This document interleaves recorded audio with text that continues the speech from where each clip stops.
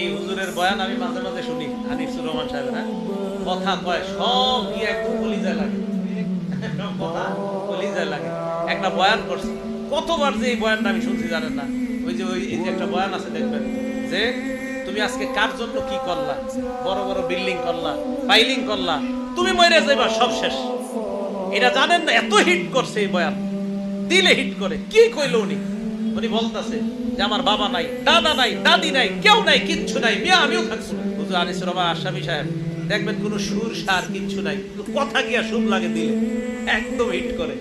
কি আজীব এক ইয়া। আমলি মানুষ তো, আমলি মানুষ তো যা কয় তাই ভালো লাগে। আমলি মানুষ দেখবেন যা কইব সেটাই ভালো লাগে। আপনারা যদি একটা থাবরও দেয় আমলি মানুষ, জি হুজুর মারেন আমারে মারেন, তাও ভালো লাগবে। যারা আমলি মানুষদের কাছে বেশি বেশি যাবেন, যারা আমল করে তাদের কাছে খুব বেশি যাবেন। আল্লাহ আমাদের সকলকে জীবনটা যেন আল্লাহ ওয়ালাদের সাথে থেকে, তাদের থেকে যেন আমরা দিন শিখতে পারি, ইসলাম শিখতে পারি।